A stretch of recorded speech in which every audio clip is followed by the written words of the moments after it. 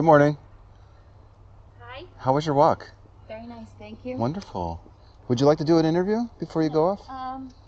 Is it just an audio? Well, I can do audio. I can record our shadows. I've done that in the past. Okay, I like that. I like that too. It's kind of artsy, like. Yes, it is. What's your name? Luanne. Oh, I'm Anthony. Nice to meet you, Anthony. Pleasure to meet you too. What I do? I'm not with the trail, just so you know. Oh, okay, that's what I thought. Yeah. No. You thought I was with the trail? Yes. Okay, sorry. I thought because you wanted to do traffic. That's what I I'm thought. not. Okay. I have a hobby Okay. where I start conversations with people. We set a timer for 5 minutes. After we select a belief that you're really, really sure is true. Okay. And then it's something called street epistemology, where... Oh, I'm going to talk to my daughter about this. This sounds like something she would be interested in. Yeah. Cool. Okay. Is it Luanne, you said? Okay. L-U? Let me just put this on. Thank you. Appreciate that. L-U-A-N-N-E. N-N-E. Okay. Yeah, so street epistemology is a dialectical approach for examining how people are so sure that what they think is true really is true. Okay. This is going to be, what, life-changing to me, I think? It may be. Sometimes it is for people. I know, to be I would quite think so. Yes, okay. Yeah. We can talk about any belief that you have. A political stance, where you are on karma, or if you pray to a god, anything like that. Okay, you don't pick the subject, huh? I prefer it if the person that I'm talking to picks it, and they select something that they really think is true, and motivates them to behave differently because they have this belief. Oh, well, you see, you needed to give me some time to think about that. Take some time. Yeah, okay. You know, you got me on the God thing. But I'm thinking about... What am I thinking about? Okay, let's go with God. Okay. I always like to first understand what people mean by that word. Okay. Because a lot of people have wildly different definitions. Sure, I'm just the traditional Roman Catholic, raised Roman Catholic. Gotcha. Church going. Okay. Catholic God. Would it be possible to put this belief on a scale in terms of your certainty that it's really true, 0 to 100? Oh, 100, okay. Yeah, I would say 92%. Okay. Yeah. I love the specificity there. Oh, That's not awesome. 95, not 90, 92? I love it. I do that all the time. I'm always on the middle of the fence. That's why this is really not a great thing for me. Okay, go ahead.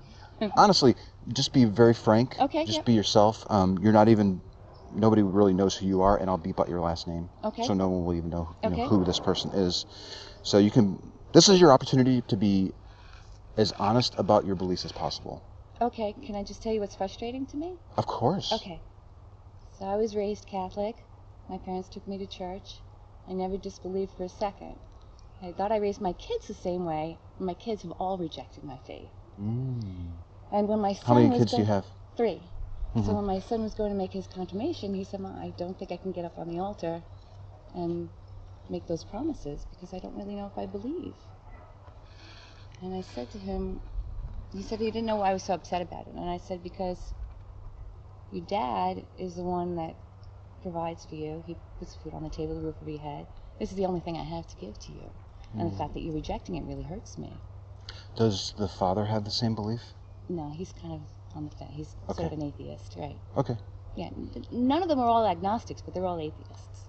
You're the only one in the family who has a strong confidence that a God is real. Right. Yes. Okay, and that's frustrating to you? That my kids rejected it. Because I never thought to reject it when I was a kid. It was just something you did, and then later on in life it was a huge comfort to me, and I didn't understand why they would reject or even try to change my mind about something that gave me comfort. I see. Well, if we were to proceed with this conversation, fair warning, it's quite likely, if you are continuing to be honest with yourself and with me, which I have no reason to think that you wouldn't, but the way that I ask these questions could very well challenge this belief that you have. Yeah, I don't think it can. You don't want your beliefs challenged? Is that what you're saying? You'll challenge them, but they won't crumble. Okay. I'll still believe. I mean, I've gone through a lot of things last year. If that didn't crumble my faith, then nothing will. So I don't want to participate because I think this would be some sort of interesting challenge. Okay. I'd like to participate if you are comfortable participating. I am. Okay. All right. I am. Okay. You mentioned that this belief that you have, you're 92%, you have a very high degree of confidence that it's really true. Are you confident that it's true because the belief gives you comfort and that comfort is real? Or do you have some sort of evidence? Or what are the main reasons why you actually can say that you're so sure that it's true? Well, to me, you just look around and I don't know how you can deny that a God exists. I mean, yeah, my kids want to say random molecules, but everything I think has to start with God. And it doesn't make sense to you unless you think the God started it all? Somebody had to start it all. Some higher being had to have started it all. Is this, otherwise you're saying this was all a mistake. But if it wasn't somebody's plan, then it was all a mistake. Does that possibility, are you dismissing that possibility that this was all just a random event that started and you're calling it a mistake?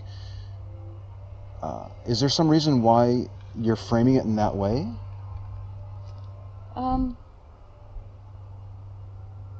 No, I just say that everything has to start from the beginning. And so if you start from the beginning, you have to say, where did it all come from?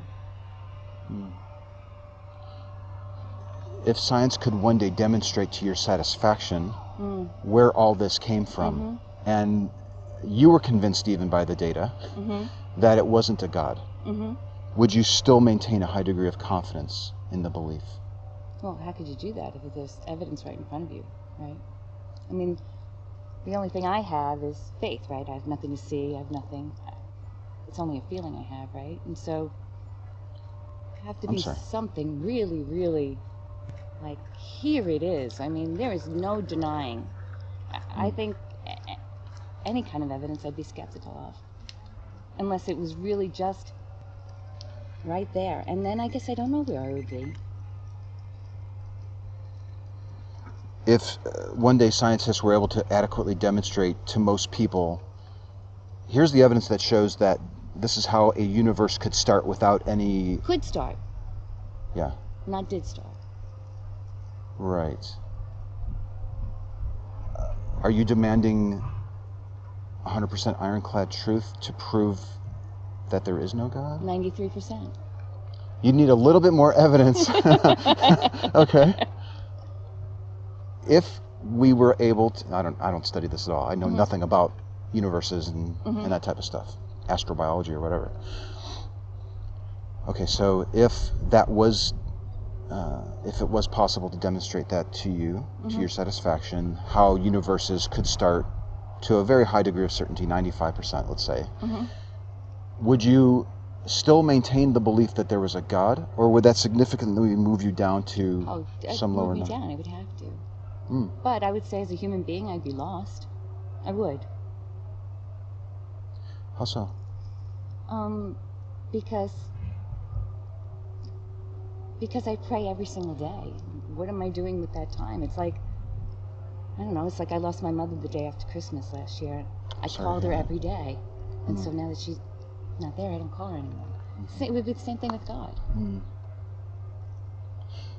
Not having this belief would be a loss for you. Oh, agree. I would grieve.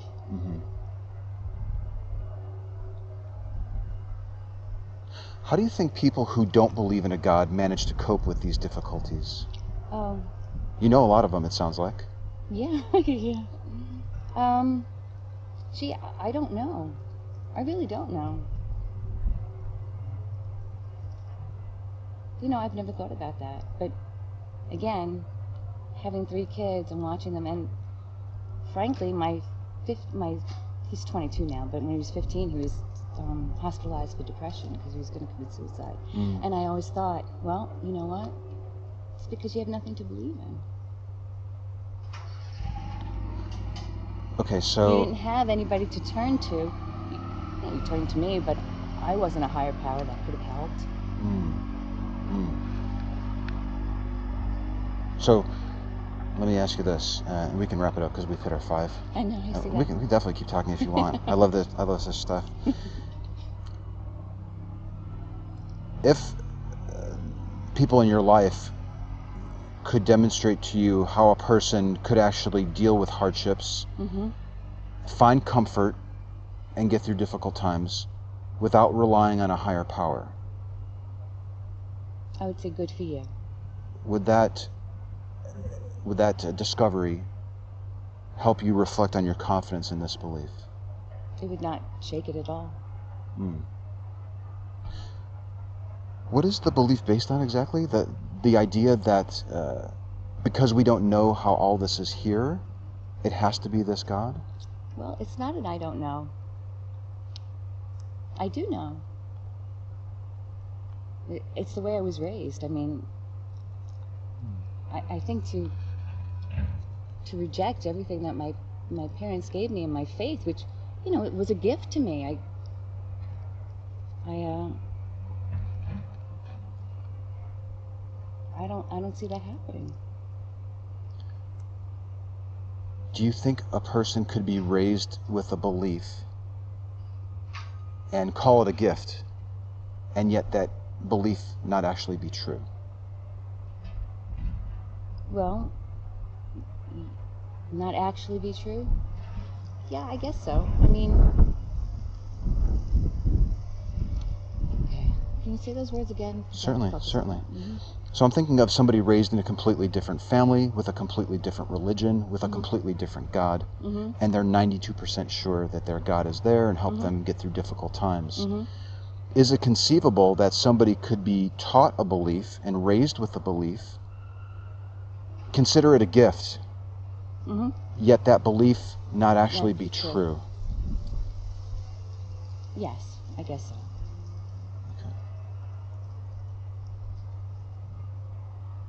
I mean, I guess there are other religions I don't believe in, right, that I don't think are true. They do. That's okay with me. I don't have to live their lives. I have to live mine. If they can be raised with a belief that's not true, how could you be so sure that you're not? Yeah, I knew you were going to go there.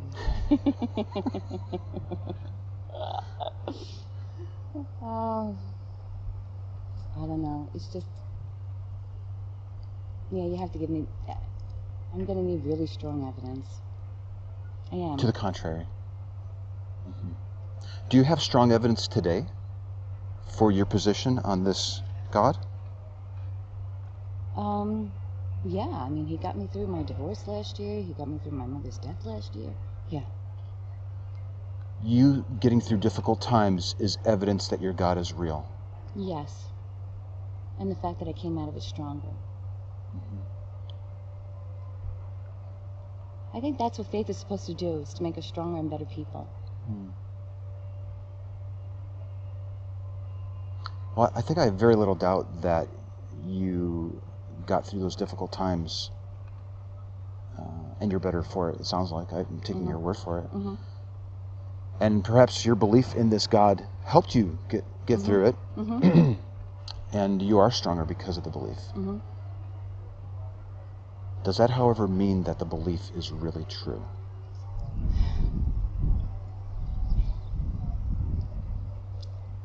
How can I say? It's what I had, and so if I didn't have it, I don't know how things would have worked out. So right? I mean, yes, I would have to say the belief is true because I got out of it stronger. Last question. Yeah. We could wrap it up. Okay. And then you can ask me anything you want about what I'm doing. I'm just going to ask you how to spell what you do. Street, whatever. Yes. I'll give you a card at the end. Oh, great, okay. And it's got the information on it.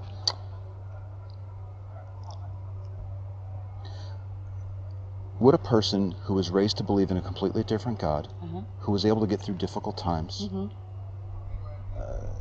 disclose the same thing regarding looking at them being able to get through difficult times and calling that evidence for a completely different God? Could a person do that? One more time? Sure. Yeah.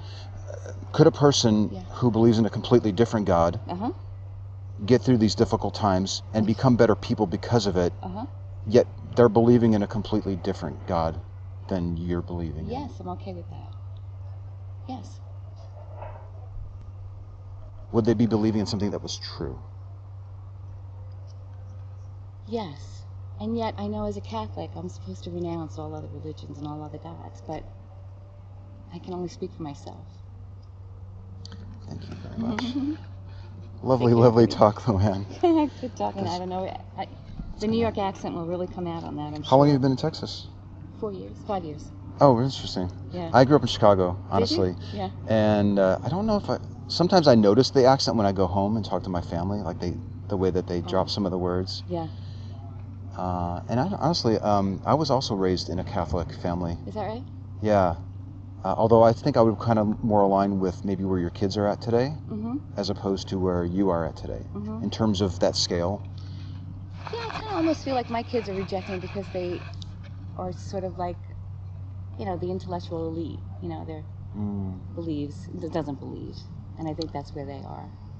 It's cooler to not believe, maybe, or something like that. Yeah. It's funny, when I was growing up, right, you did everything in the world to fit in. You never wanted to be different. And now, all the kids, they just want to be different in some way, And so my son not believing in going to church at that time when I was living in New York was like, he was like the only one. Yeah. And now in your family, you're the odd one out, I think. Is that right? Yeah. It's all right. That's interesting. This would be a good time if you have any questions for me about what I'm doing. It's called Street Epistemology. Epistemology. Yeah, I can write it down there. And I have an email on here if you want to email me. What are you doing with this now? I should have asked before. Well, I have a YouTube. I don't know if you can read that. I got it. Epistemology. I Yeah. know that.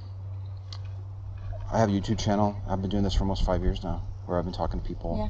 I mean, usually going to college universities, but I wanted to talk to other people. 53-year-old women. Yeah, I like to talk to older people, quite frankly. Yeah. Because I think people's views are different. And what I found is interesting is that, and this is a horrible stereotype, but it seems that younger people tend to be more open to these questions than older people.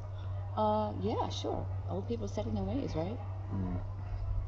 Young people are more open to be molded, right? If we had met 30 years ago on a university campus, I would be pretty young at that time, I guess. All right. Sorry. But the point, let's say, whatever. I'm interviewing people and you happen to walk by. And I ask you largely these same questions. Do you think that you would be more open to examining this belief that you have than you are today? Yes. Absolutely. Again, I think I had to go through some struggles to really test my faith. And there was a part of me that said, why are you doing this to me?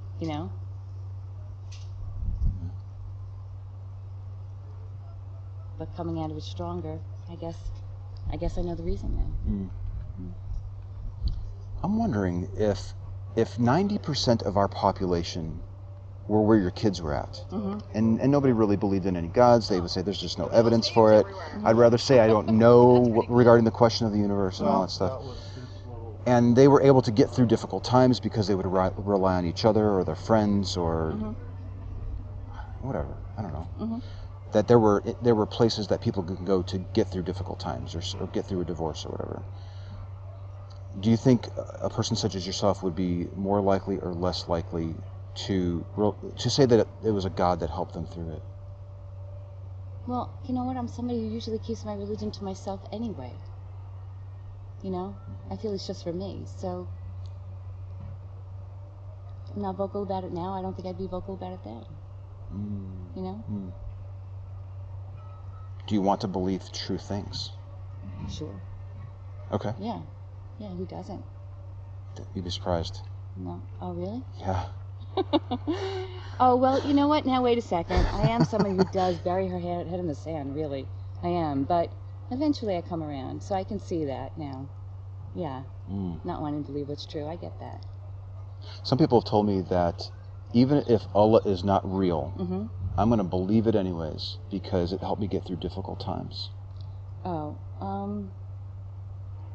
gee, is that really believing then? I don't know. Right? That's interesting. Did I say that? Well, I don't know. We didn't really get to the whole truth part of it. Yeah. Yeah. I don't think that's a good time to do that. I don't think this is a good time to do that. I'm sorry. Yeah, I don't want my faith shaken right now. Gotcha. Yeah. Okay. Right. Yes. Yeah. I know you said that in the beginning, and I was a little worried. But you know what? You know what I found is that people will take these conversations home with them and think about it, maybe even tell friends, family, and then they end up thinking about it more, and then they reach out to me later, and they either want to meet again, or they want to give me an update as far as where they are in their belief. That's interesting. Yeah. So I'd love it if you can do something like that too. That'd be great. Most people talk about what? Wow. Karma, God. Those are the two main ones. No politics, huh? I ask people, can we talk about politics? And they want to avoid it. Yeah. Well, you're not supposed to talk about religion either, so I don't understand. It's interesting though. Most people are fine talking about why they believe in a God, but when it comes to their views on politics, they don't want to talk about it. And I suspect it's because they've seen how caustic those conversations can be, and they expect that that's how this would go. True, but you're a little safer in Texas than you are in New York. Right? Well, because I think a lot of people here are kind of like-minded, whereas in New York, you don't know what you're going to... Oh, is that right? Right? It's a little bit more diverse there. Oh, yeah, right. And again, the intellectual elite, they want to dismiss it all. And but I remember coming here, and the first thing I saw was this billboard that said, "Thank God," and I said, "Wow." Wow. What went through your mind when you saw it? I said, in New York, we weren't even allowed to have a Christmas tree in our schools. That's what I thought, Like, this is good. We can come out of hiding, Yeah. Well, it was a lovely talk. Thank you. Thank I really you. enjoyed talking with you. And can I offer you water before you go? I'm good, thanks. Okay. I'm in my car. Thanks very much. Yes, Luanne. Good meeting you. Very nice to meet you. Bye-bye. Take care. Bye.